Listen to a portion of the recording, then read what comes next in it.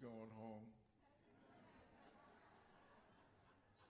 You know the little one I'm talking about, right? And I should never forget Find it up here. Is it back there? when I met him. I knew I was meeting somebody special. And he's demonstrated time and time again how special he is. When he became president, he delivered every single thing that he promised to deliver. He gave us the rescue plan that brought this country back from the brink of disaster. He gave us the bipartisan infrastructure bill that gave us the largest infrastructure bill this country has seen since Dwight Eisenhower's interstate program. He gave us the Inflation Reduction Act that said to senior citizens, those on Medicare, we are going to cap your insulin costs at $35 a month. He gave us the program that said to our veterans that you who fought in the Vietnam War, who never got your full appreciation from this country, that we're going to go back and look at your records, and we are going to change the application of those qualifications. And I shall never forget, I was in Iowa in a little Baptist church, and I was about to take my seat. I saw a gentleman being wheeled down the center aisle in a wheelchair. I had no idea what was on his mind, but when I left the podium, I walked over to him and spoke to him. And he said this to me. He said, I was in the Vietnam War. And I came back home unappreciated. And when I filed for my disability, I got 15%. You see, I'm in this wheelchair, but I got 15%. He said, but because of Joe Biden, and when y'all pass that law, I went back and refiled, and I came out of there with 100%.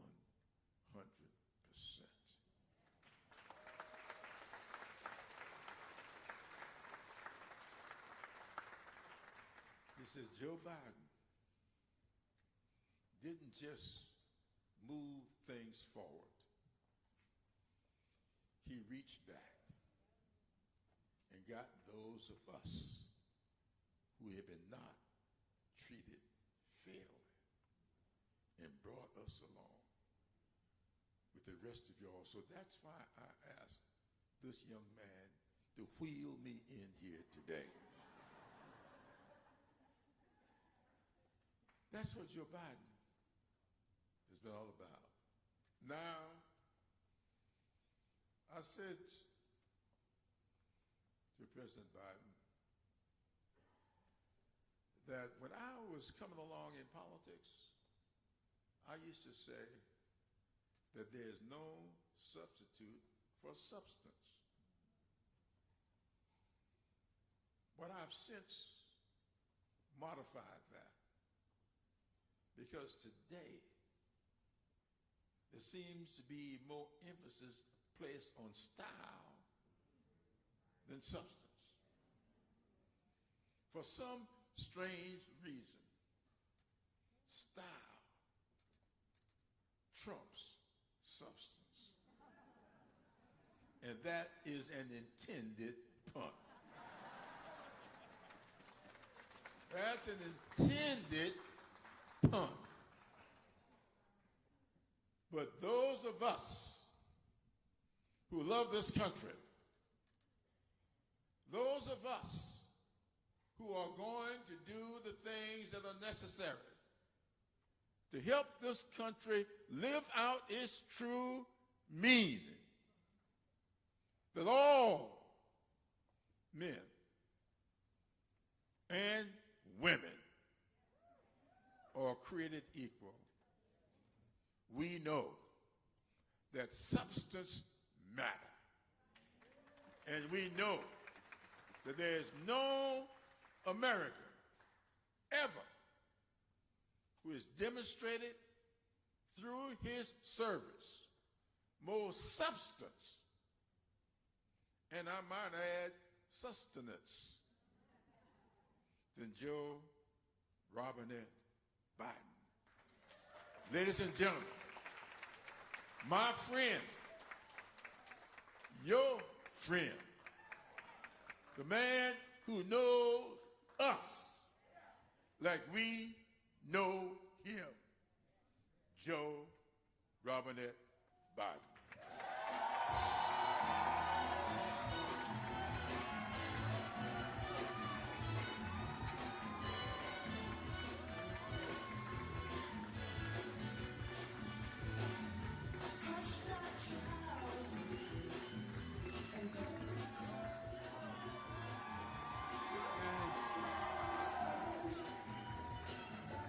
Thank you. Thank you, thank you, thank you.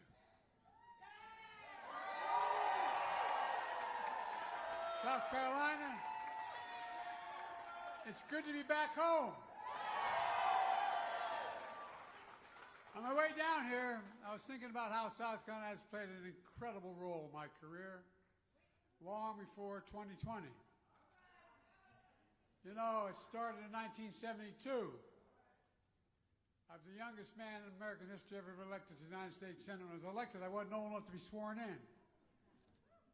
When I got elected to the Senate, it was tragically lost. I got a phone call when I was hiring staff in Washington. And the poor person from the volunteer fire company said, "You got to come home, there's been an accident." And told me that, and the poor kid, I felt badly. She said, "You got to come home. Your wife was Christmas shopping with your 3 kids. She's dead. Your daughter's dead, and your boys are not likely to make it." Well, South Carolina's Fritz Hollings and his wife Petsy wrapped their arms around me and supported me. And they were a big reason why I stayed in the Senate, because I decided, I said, they can always get another senator, but they can't get another father, mother. Well, Fritz put his arms around for real. He was a powerful senator then. Pulled me in with PT, and everything became history. I was the youngest person put on the most important committees of the Senate. They kept me engaged. And then almost 50 years later, another South Carolinian member of Congress saved me. You just heard from him, Jim Clyburn. Now, this is not hyperbole. Jim has more integrity in his little finger than most people have in their whole body. Jim's a true public servant, as loyal as the day's long. Jim, you and Miss Emily were the best friends Jill and I could have asked for at that time. And thank you for the leadership of South Carolina Democratic Party, especially Crystal. You know, I don't know where you are, but I know you're there. There's so many friends here tonight to whom I owe such a deep debt of gratitude. Mayor Stephen Benjamin, you've been with me for a long time, Steve. And the people in Columbia, through thick and thin. Jamie Harrison. I knew you were good, Jamie, but when I got a call from Jim Clyburn and said, "I can tell you who should be the party chairman of the National Party," I really knew who you were. I said, "Yes, sir." Folks, I was asked 6 years ago on this weekend in this state. I came here. People in this room brought my candidacy for president back from the brink.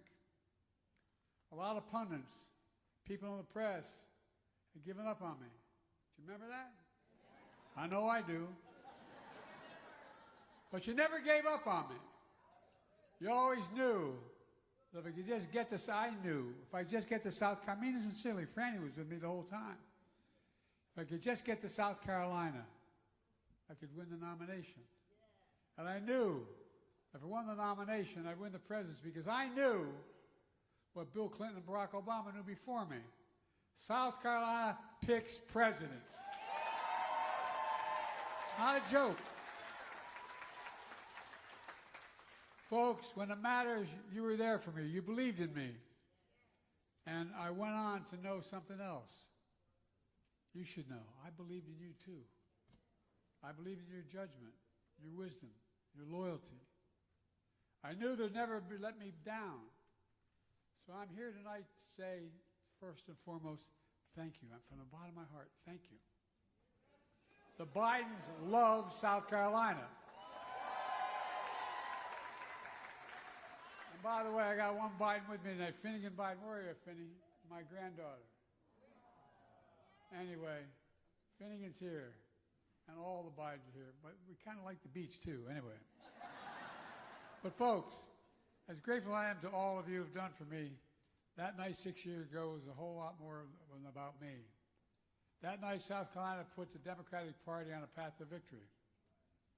And 11 months later, I stood in the steps of the United States Capitol and took the oath of office as President of the United States of America.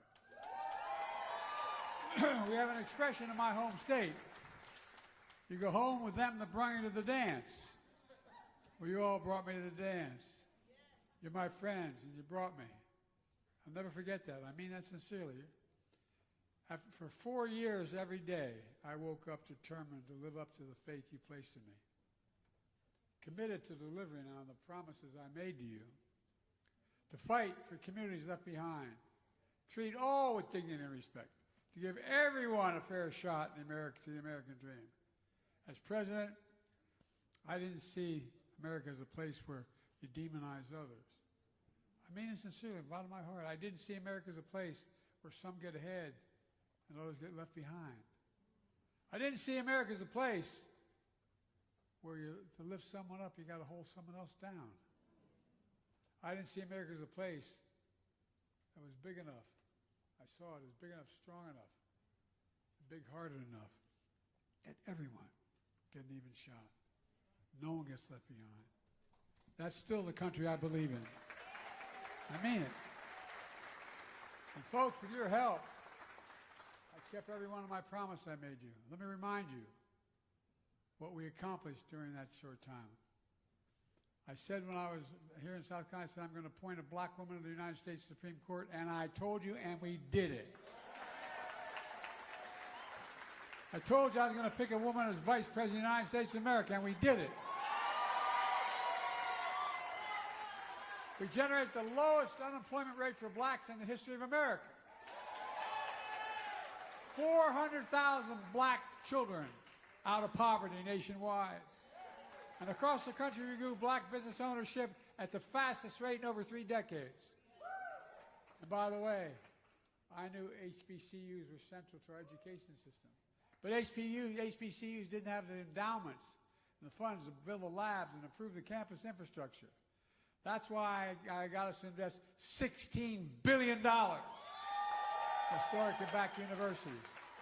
I mean it, $16 billion. And I signed, which I was so proud to do, the Emmett Till anti-lynching law to make lynching a hate crime for the first time in our nation's history.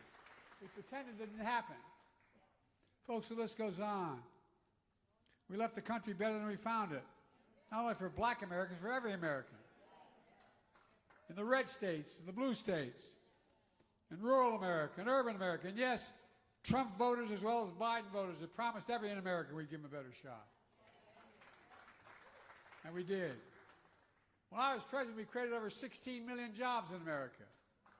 We have the lowest average unemployment rate in 50 years.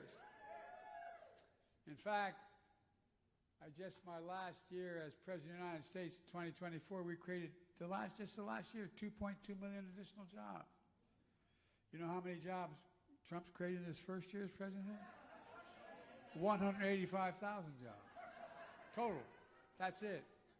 Of course, it shouldn't be a surprise. Trump's the only president, other than Herbert Hoover, who had fewer jobs when he left office than when he came into office. That's a fact. And by the way, you see Trump give the State of the Union last night? Is he still talking? I don't know. But folks, it's unbelievable. The guy talks for almost 2 hours, but never mentions the anniversary of Putin invading Ukraine. Never once. I spent a lot of time in Ukraine. I've met with Putin more than any other world leader has. Incredible bravery of those people. Imagine how they feel, wondering, are we leaving them? We're walking away. He doesn't apologize. Think of this. I served for 8 years with Barack Obama and Michelle. He has not said a word, he meaning Trump, about the racist comments referring to him, how they wrote about Barack and Michelle. I'm not even going to repeat it. Think about it. Think about it. He doesn't mention Renee Good, Alex Petrie, who were killed by Minnesota ICE, in Minnesota by ICE, or offer even a word of solace to their families. He doesn't offer a word of support, even recognition to Epstein's victims sitting in front of him during the entire time. He never acknowledged them. Folks, after fighting tooth and nail for a year and a half, we're the ones who beat Big Pharma and brought down prices. We, the Democrats. And despite Trump trying to claim credit, I was the guy who signed that law and wrote that law, brought those prices down. We're the ones who made insulin $35 instead of $400 on average.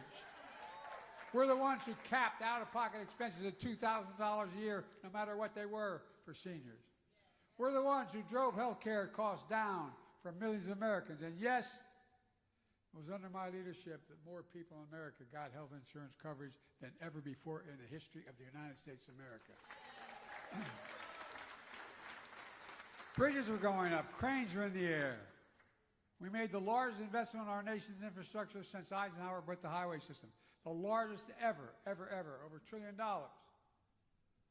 Another piece of law that I had a long conversation with Jim about was the importance of connecting every home and business with high-speed internet.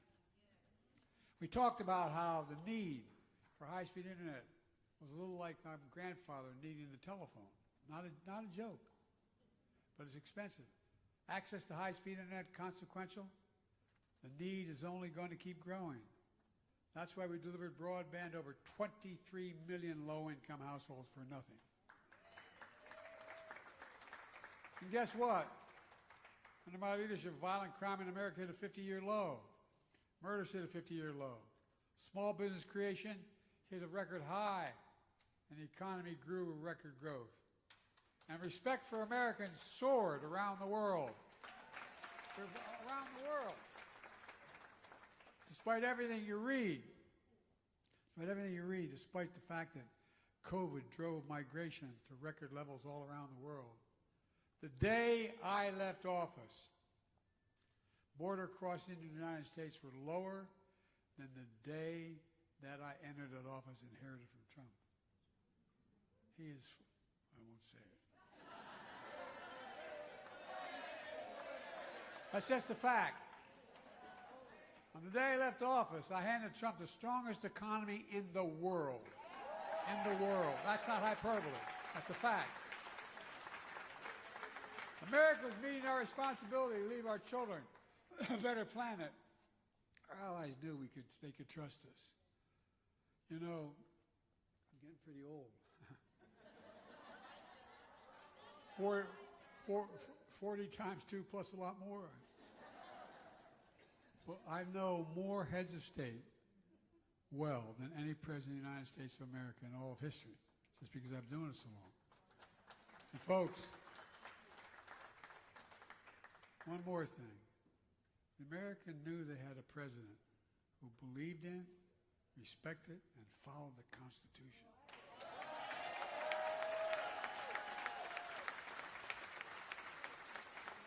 The reason I was able to become many of the people sitting right in front of me. Not a joke. From the mayors to the anyway. But none of that's true today. Now the Trump administration is determined to erase all the gains we made in my administration. And the rest of the world is taking note. A poll by a respected Pew Research Center showed the dramatic drop in our reputation around the world. We're no longer viewed the way we were. And folks, if we don't lead the world, who does? Who does? Now, think about this. I'm not looking for trouble, but who does if we don't lead the world? China? Russia? Trump doesn't think climate change is real. He doesn't believe in science. So he's walked away from the historic investments and commitments we made to clean energy and saving this planet. In 10 to 20 years, I believe the people will look back and write about what a catastrophic mistake it was, what he's doing. But we don't have to wait 10 years. We know what a grave mistake it is right now. We know how catastrophic it is for the Trump administration to undermine America's commitment to vaccinations. America's walking away from a commitment to vaccines. Did anyone ever think you'd ever see a resurgence of measles in America again? Trump's already jacking up the cost of health care for millions of Americans because of this weird obsession with Barack Obama. What's his problem? He was proud, I was proud to build on Obamacare. Trump is still trying to destroy it. It's almost, there's something wrong with this guy. Oh, no, I really mean it. And now, millions of Americans are paying more to health insurance because of it. But it's not just my record that Trump's trying to erase. He's trying to erase fairness, equity, history, the truth. The whole, the African American Museum of History told them to scrub their exhibits on slavery, get rid of them. Told the national parks to remove signs of slavery. Told schools they stop their funding if they teach the truth about slavery. Told the Smithsonian Institute they too focused too much on, quote, how bad slavery was. Great nations don't bury the truth. They face it. This is a great nation. In light of South Carolina primary 6 years ago, Jim Claiborne quoted Alexis de Tocqueville, who wrote, "America is great because she is good. If America ceases to be good, America will cease to be great." My friends, I can't sugarcoat this. These are dark days. The threats we face today are not anything new, but they're being amplified in ways that have never seen before. Our future is literally on the line. Our children are watching, and I'm worried about what they're hearing. So we have to be unapologetic for fighting for our country. The battle for the soul of this nation is one that's never really over. My late friend John Lewis used to say, democracy is not a state, it's an act. And here's the good news. In America, the power still belongs to the people for now. And the way to show the power is vote. Show up and vote. And folks, when we do that, that's bad news for Donald Trump, and he knows it. That's why he's trying to pull out more and more barriers, put them up. He's trying to steal the election because he knows if he can't win your vote, So he's going to do everything he can to prevent you from wanting to vote. Oh, mark my words. I hope I'm wrong. But watch. We can't let this happen. Just look at the polls. More people see of Trump. The more they see of him, the less they like him. They don't like that he's raising health care costs, fighting against the Affordable Care Act. And they sure as hell don't like what they saw in Minnesota. Mass ICE agents pulling people out of their homes and literally murdering 2 people in the street. He doesn't believe. They don't believe the president should be king or dictator. 1 year after his return to office, polling shows the American people say, this is a poll, the best words to describe Donald Trump are, quote, cruelty and corruption. And as a result, across the country, Democrats are already winning in places you'd never expect. So we have reason to be hopeful, because time and again throughout history, moments of great crisis, Americans have summoned the better angels of our nature and brought our country back from the abyss. I've long said American history is not a fairy tale. It's been a constant push and pull between the best of us and the worst of us. And Trump clearly represents the worst of us. But I refuse to believe that it is he who they want to be. We're all in this fight for the same reason. We believe in the power of democracy to pull our nation through the worst of moments. And I have no doubt in my mind, with the folks in this room leading the way, we're going to take back the House of Representatives in November. We're going to take back the United States Senate as well. And folks, let's reach out to family and friends and neighbors. Let's help them register to vote. Let's help them show up at the polls. Let's make sure the vote is counted. Let's remind them, it's not too late to save democracy. South Carolina knows it's never too late. Let me close with this. This week, the nation pays tribute to the son of South Carolina, Reverend Jesse Jackson. And guess what? What were the words he used? Keep hope alive. Well, on the seal of your great state is one of South Carolina's mottos. While I breathe, I hope. While I breathe, I hope. It's just another way of saying what my dad used to tell me when I was a kid growing up. Whenever something bad would happen, my dad would look at me and say, Joey, get up. When you get knocked down, get up. Get up, boy. And folks, I don't believe the good Lord has taken you and me this far to leave us now. So to all of you who love our country, to all of us who are dismayed by the present state of the Union, this is my message to you tonight. There's no time. There's no time to give up. It's time to get up. Get up. Get up. Continue to fight. Continue to fight to be the nation we know we can be. Fair, equal, honest, decent. A country where we give hate no safe harbor. We treat everyone with respect. We don't just remember who the hell we are. We're the United States of America. That's what we got to remember. There is nothing beyond our, I mean it sincerely, there's nothing beyond our capacity. And we do it together. So the world, and I'm looking to you, South Carolina, not a joke. I'm looking to you because I promise you, I hope I'm wrong, you're going to see, beginning now, over the next 4 years, his attempt to make it harder to vote. Who the hell knows? Mark my word, he's going to seek for states to pass laws having you have to have a passport, you have to have this, you have to. Well, can't let it happen, folks. You can't let it happen.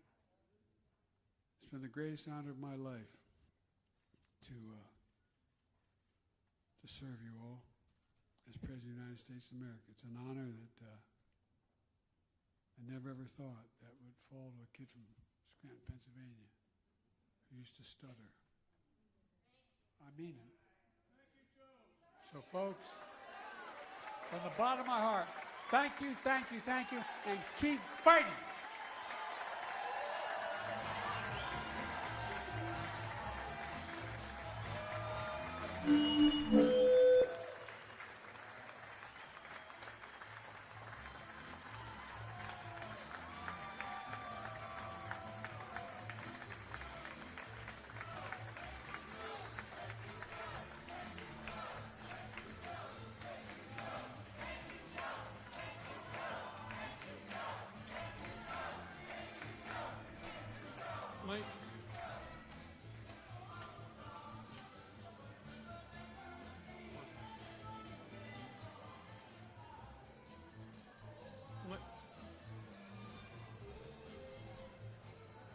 Ladies and gentlemen, please welcome to the stage the former chairman of the Democratic National Committee, Jamie Harrison.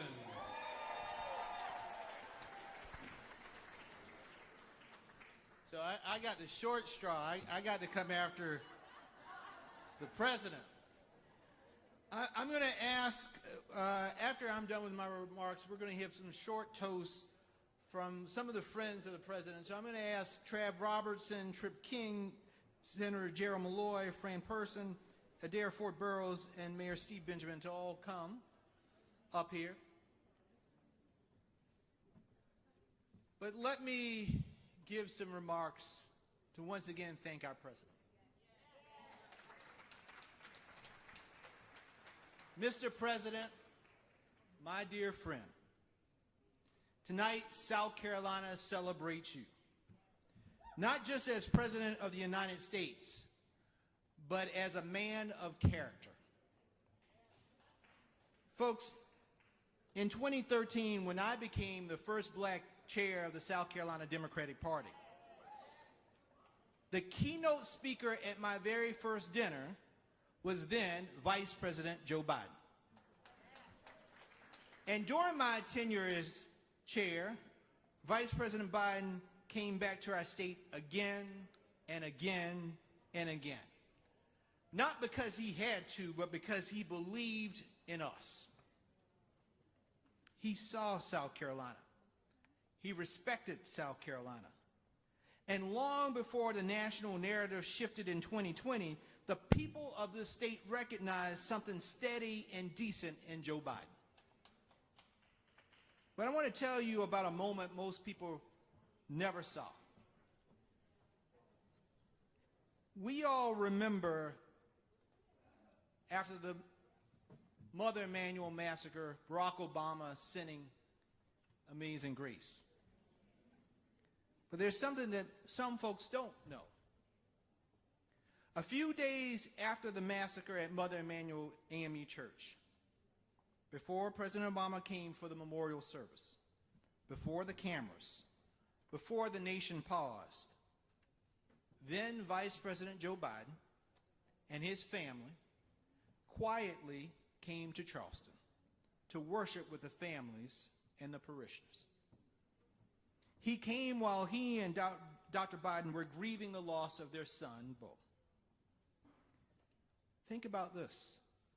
In the middle of his own pain and heartbreak, he showed up to comfort families drowning in theirs.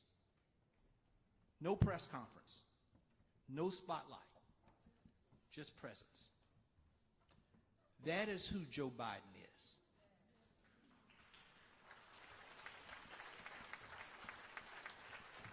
And I experienced that same heart on a very personal night for me, election night 2020. My Senate race had just been called. I was sitting in my car on my way to concede to Lindsey Graham. And then my phone rang.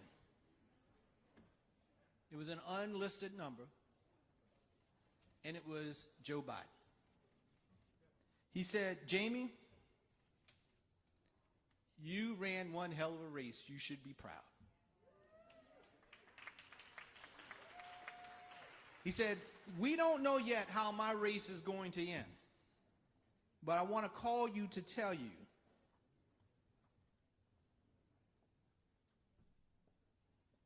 I'll never forget this. He said, "I want to call you to tell you, if I get over the finish line, you are a part of my team. I will find space for you." He didn't have to make that call. He didn't have to make that promise. But he did, and he kept it. He asked me to serve as chair of the Democratic National Committee, the first time in our nation's history that a sitting Democratic president asked a black person to be chair of the National Party. Folks, that wasn't symbolic, that was intentional. And if you look at the arc of the presidency of Joe Biden, you will see that continuous pattern. The first black woman vice president happened because of Joe Biden. The first black woman sitting on the Supreme Court happened because of Joe Biden. Reordering the presidential primary calendar to place South Carolina first, a state where 40% of enslaved Africans entered this country through the port of Charleston. That happened because he understood our history, but most importantly, he valued us. That is part of the story and the legacy of Joe Biden. Joe Biden has always believed that democracy works best when everyone has a seat at the table. He saw us, he heard us, and he made sure we were included in shaping the future of this nation. So, Mr. President, history will record your groundbreaking legislation. History will record your accomplishments. But those of us who know you will remember the quiet visits.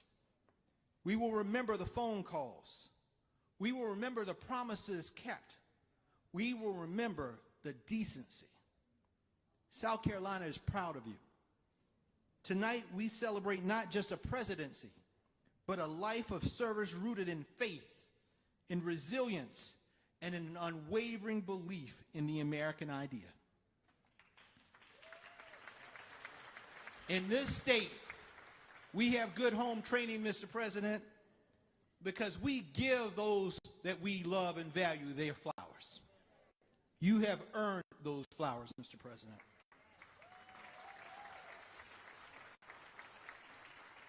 And now, Mr. President, I am joined by a few of your friends to continue to give you a little tribute. But folks, I want to tell all of you, as you listen to these words, this is a way that you can give your personal tribute to Joe Biden. This is probably the most consequential midterm election we have faced in this nation, at least in my lifetime. Here in South Carolina, we need to stand up and we need to speak out. Our first challenge is to recruit a Democrat to run in every seat in South Carolina. Do not leave one seat for the State House empty. Don't let one Republican in South Carolina run unopposed. We have to stand up and speak out and let them know that we believe in leadership. We believe in decency. And that is a charge. So if you want to give Joe Biden a tribute, we'll love your applause. But we need some of y'all to step up. Put your name on the ballot. If you see that there's not a Democrat, as my wife told me when I ran for Lindsey Graham, and I said we needed to find somebody to run, she said, aren't you somebody? It is time for you somebodies to step up and put your name on that ballot. So, enough of my cheap preaching.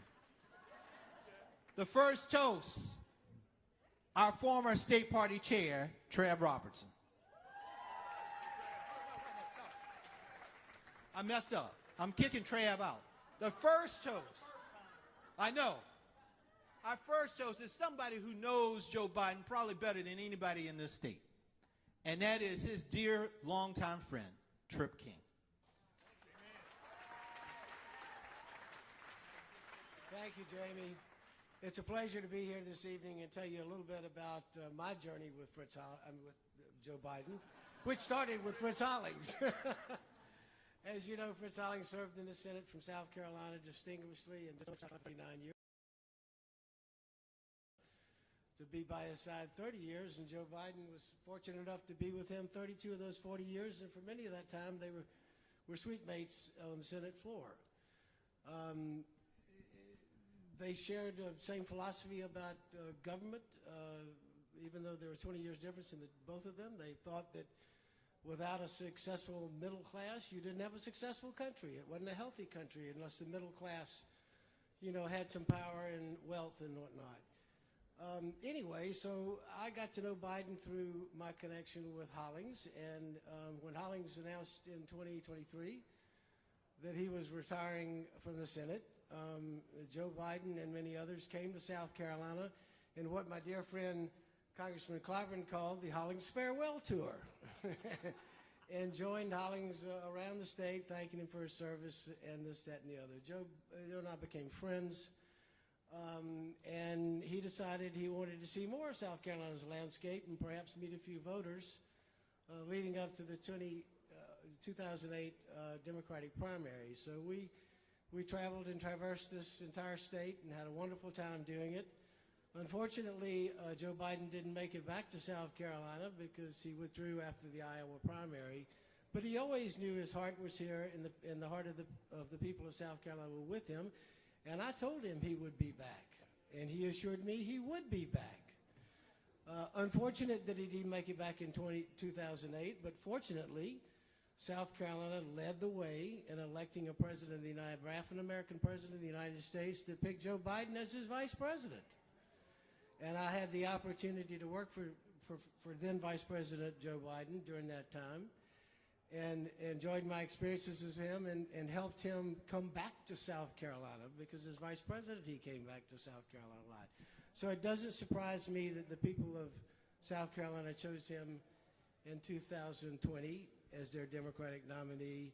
And thanks to Jim Clyburn and the work of so many other people that I worked with over the years, I will tell this one story, which I think is at the core of Biden and his legacy.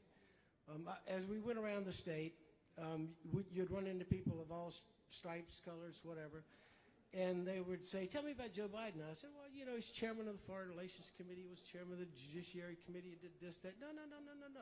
They'd tap me on the shoulder and say, no. Tell me about Joe Biden. Tell me about the man. And I thought about that for a while, and from that day forward, every time somebody asked me that question, I would tell them unequivocally that Joe Biden was without question one of the most decent men I have ever known in my life. And I include my father at the top, and Fritz Hollings and Joe Biden as 2 and 3. I think that's significant and important that the people of South Carolina, they follow the issues. They know what's going on, but they wanted to know about the character of this man and the heart of this man, and they found out at it, and that's why they nominated him. Hollings had a saying that went, what a man will do in public office is best told by what he has done in public office. Performance is better than promise. And boy, did Joe Biden deliver for us at every stage of his career, particularly as our 46th president. And Joe, here's to you for your integrity, your character, your honor, but at the end of the day, your damn decency. Thank you. Next, we will hear from Fran Person.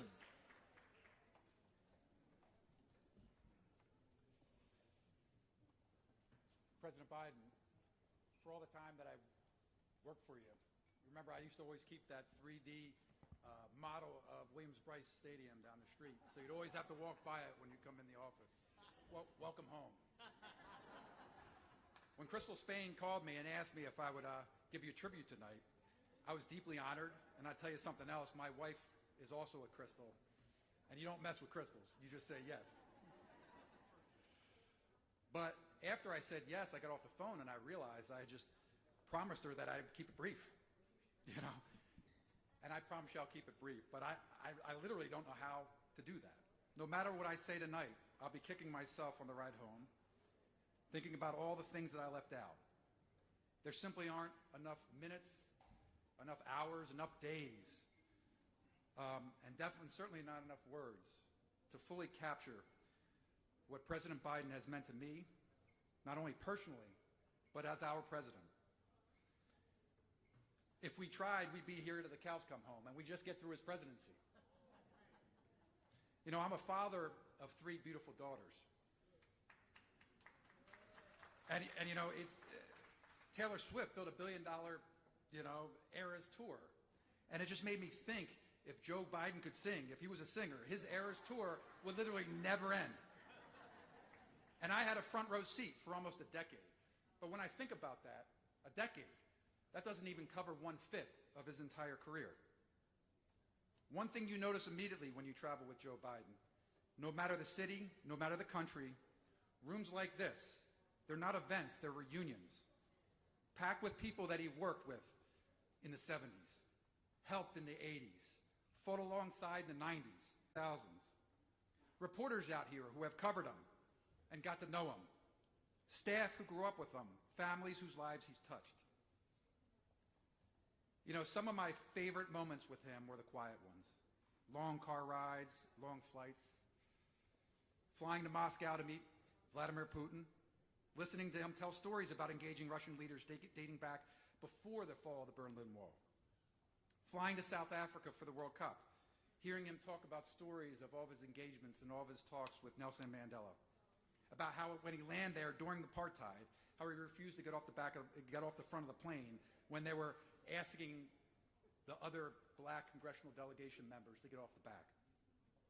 Standing in Kosovo, as young leaders handed him an original copy of their Declaration of Independence, folks that were my age, that when they were children living under Slobodan Milosevic, the face of Senator Biden for them was hope.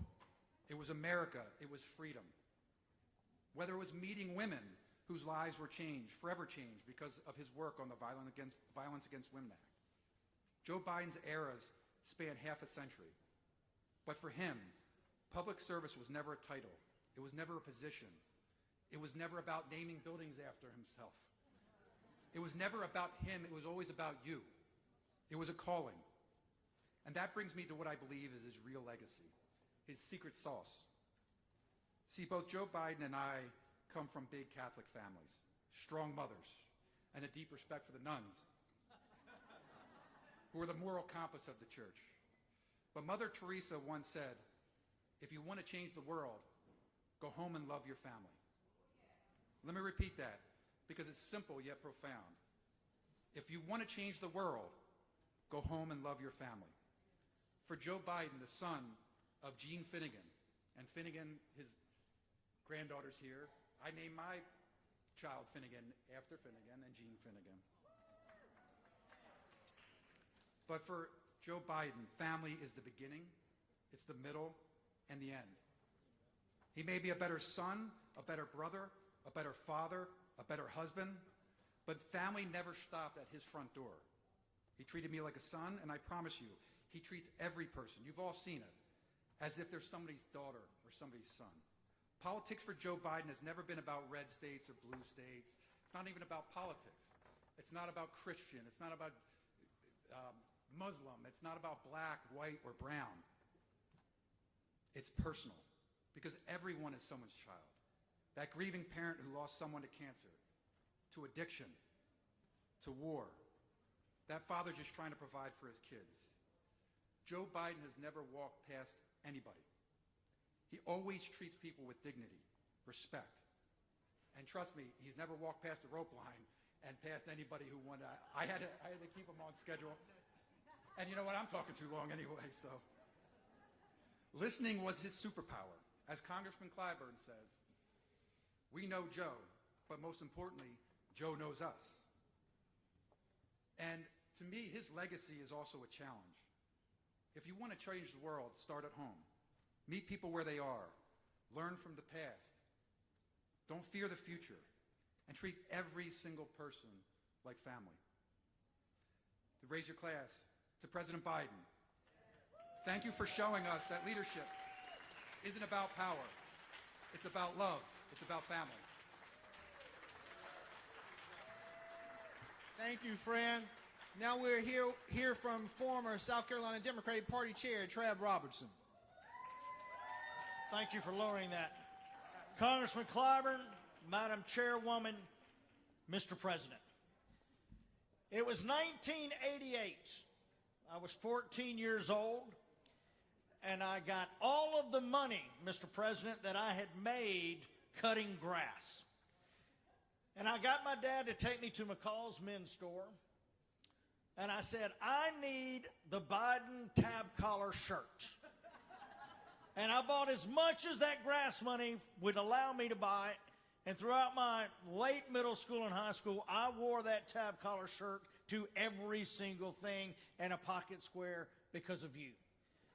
Now, my mother, who celebrates 89 years old tonight, the president spoke with her earlier.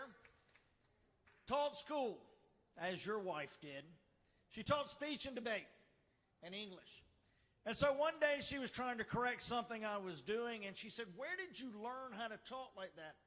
And I said, "I've got a VHS of the best orator in America." And she said, "Who's that?" And I said, "Joe Biden, the senator from Delaware." And I said, "He's going to be president." And so as a very young man, I have been with you all the way, Mr. President. But let's be very clear. Because of Joe Biden, there was an investment of $6.5 billion in the state of South Carolina. Because of Joe Biden, the 8 historically black colleges and universities in this state received historic investments. Because of Joe Biden, the state that has the worst roads in America, you now see construction in every nook and cranny, and Joe Biden did that. Because of Joe Biden, the students that attend colleges at those universities could get a brief moment of breath from the burden of college debt. That's Joe Biden. Joe Biden turned the dreams of young women of color into a reality when he picked Vice President Harris and nominated and put the first African-American woman on the United States Supreme Court. You did that, President. There will be children in the rural South, and there will be children in rural South Carolina who now have access to broadband and the internet because of those 2 men sitting right there.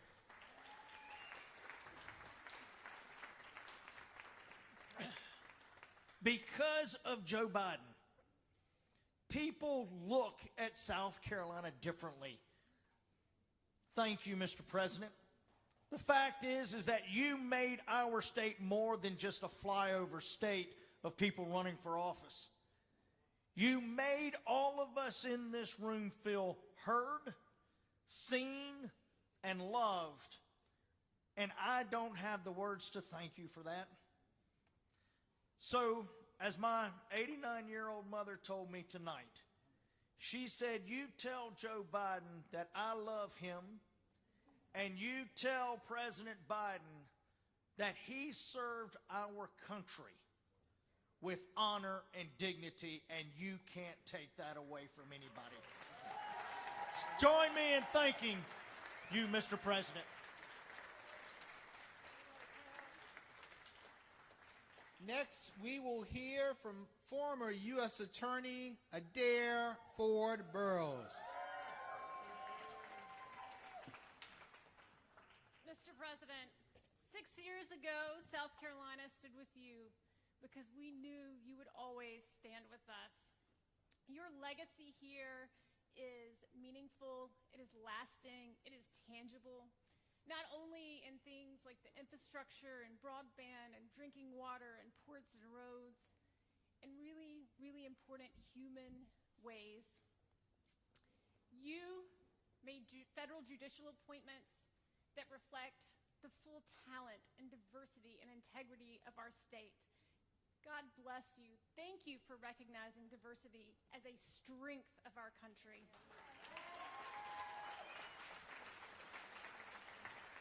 I am so honored to have been appointed by a president that believes in the rule of law, that believes in our Constitution, that believes in integrity and human decency, and who expected those of us who served under you to share those values as well.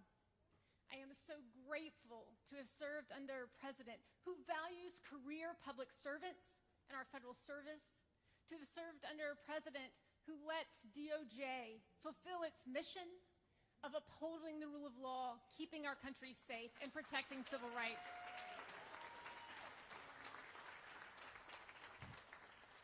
I would like to tell you about Dime Doe, who was a beautiful, vibrant, Black transgender woman from Allendale County. She was murdered because she was transgender. And it was under your administration that we were able to get justice for Dime Doe, for the hate crime that her murderer committed. The first trial in the entire nation under the Matthew Shepard and James Byrd Jr. Hate Crimes Prevention Act for a hate crime based on transgender status took place right here in Columbia, South Carolina, just a few blocks away. That is part of your legacy, President Biden. There's so much work done here that is a part of your legacy, and I want you to know it. I want you to know that you had career men and women here that convicted a gang of armed robbers who were preying on immigrants just because they were easy marks. I want you to know that men and women here produced a thorough report that detailed horrifying and unconstitutional conditions at a local jail that spurred change and saved lives. That is all part of your legacy, too. I don't think even the congressman knows this about me, but Secretary Madeleine Albright was a bit of a mentor of mine through her work with the Truman Foundation. I'm wearing a brooch of hers tonight in honor of her and you. And one of the most impactful things she ever said to me was, you can tell the measure of a person by how they act, what they say, and what they do when they are the most powerful person in the room. That stuck with me strong. And Mr. President, you have been the most powerful person in the world for 4 years. And we saw your character and your decency and your kindness. It is the honor of my career to have served the people of South Carolina and your administration. And all I can say is thank you. I'm so grateful. Thank you for standing with the people of South Carolina. We will forever, forever be proud to stand with you. To our president.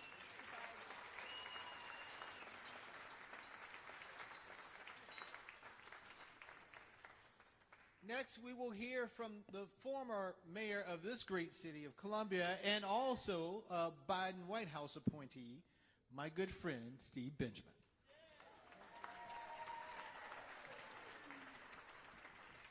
Thank you, Mr. Chairman.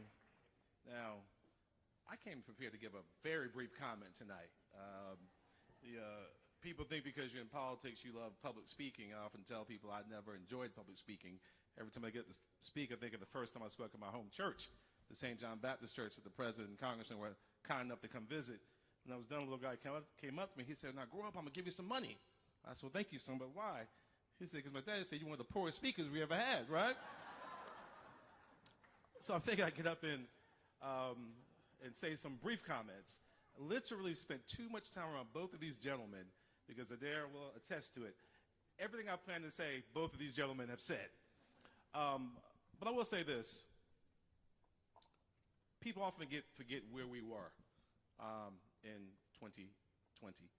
The greatest pandemic since 1918 cost 1.2 million American lives alone. The greatest economic disruption since 1929 facing this country. The greatest social protest since 1968 after the murder of George Floyd. One person was prepared to take on the task to lead this great nation at that challenging times. He got shots in arms, saved lives, and then he decided to save livelihoods. You've heard the statistics as the president and congressman both laid out. It takes a person, as Adair and all the speakers before me just mentioned, of a certain quality, a certain character to lead in times like this. Mr. Clyburn often paraphrases de Tocqueville, and the president took that out of my speech as well earlier, so I'm not going to say it. But the reality is that America is great because America is good. And people often forget that a prerequisite to being great is that you must truly be good. We have a good man here, and we're so thankful to have had him as the president of these United States. Mr. President, you quoted our state motto, one of our state mottos, Dum Spiro Spero, while I breathe I hope. Some of us who care about Latin know the rest of it. That's not in our state motto. Dum Spiro Spero, while I breathe I hope. Dum Spero Vivo, while I hope I live. Dum Spiro, Dum Vivo Amo, while I live, I love. South Carolina loves Joe Biden.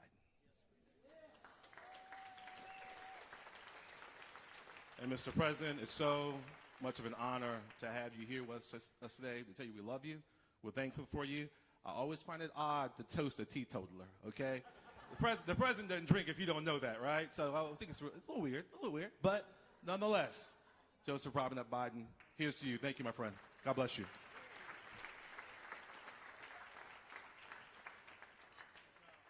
And our final toast tonight, we will hear from another longtime friend of our President, Joe Biden. We will hear from former South Carolina State Senator Gerald Malloy.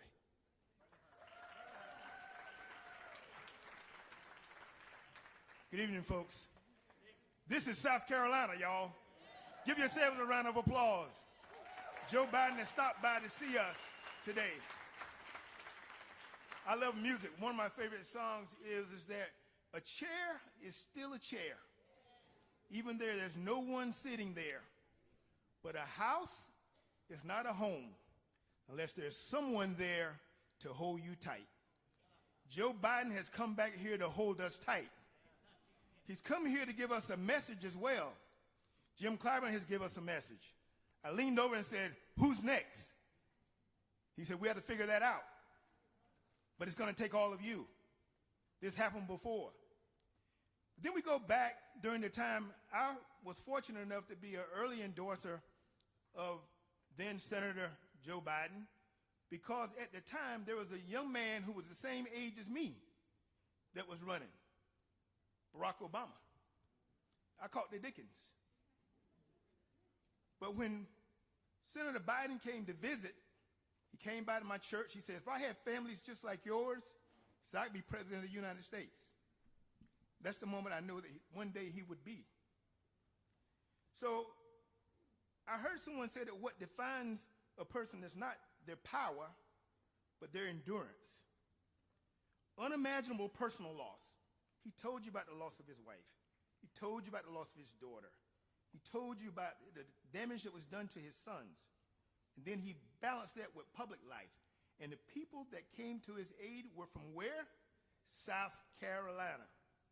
He endured. And not just endured, but remained steady. In a time when politics often rewards the loudest voice, he offered something quieter. He offered dignity. He offered decency. He offered faith in democracy. He offered service.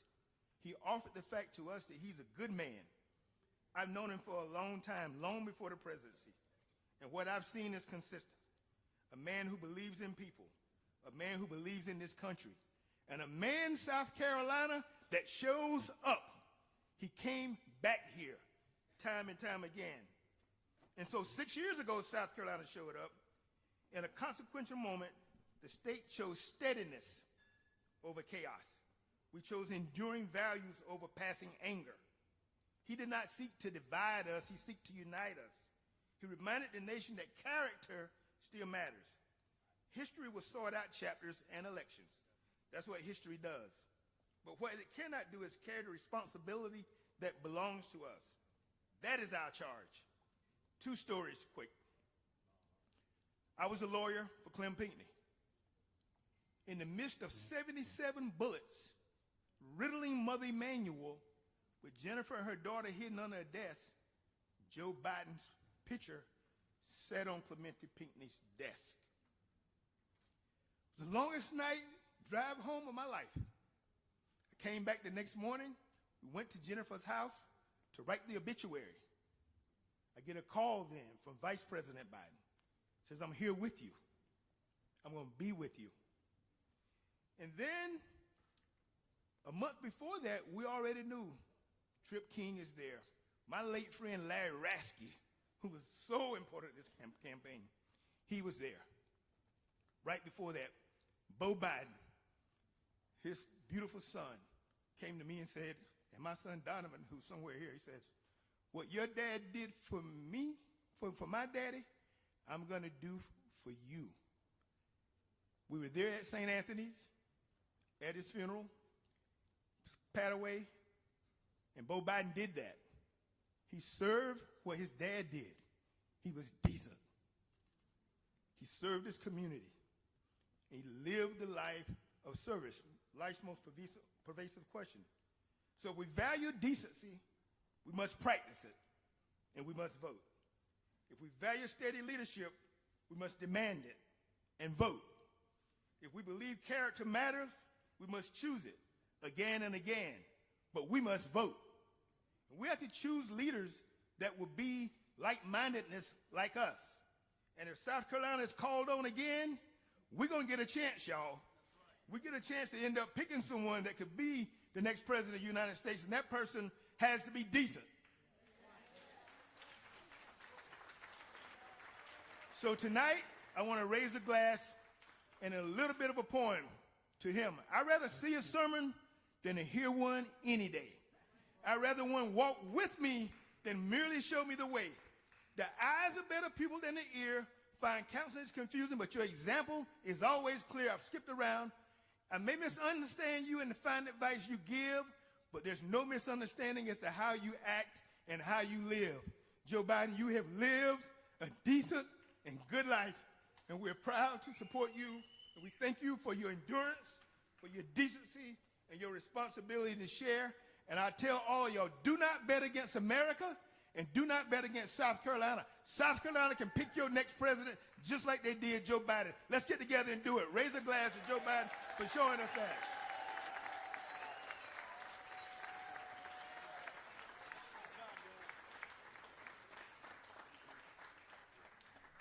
Thank you all so much for being here. Thank you for celebrating our 46th president of these United States, Joe Biden.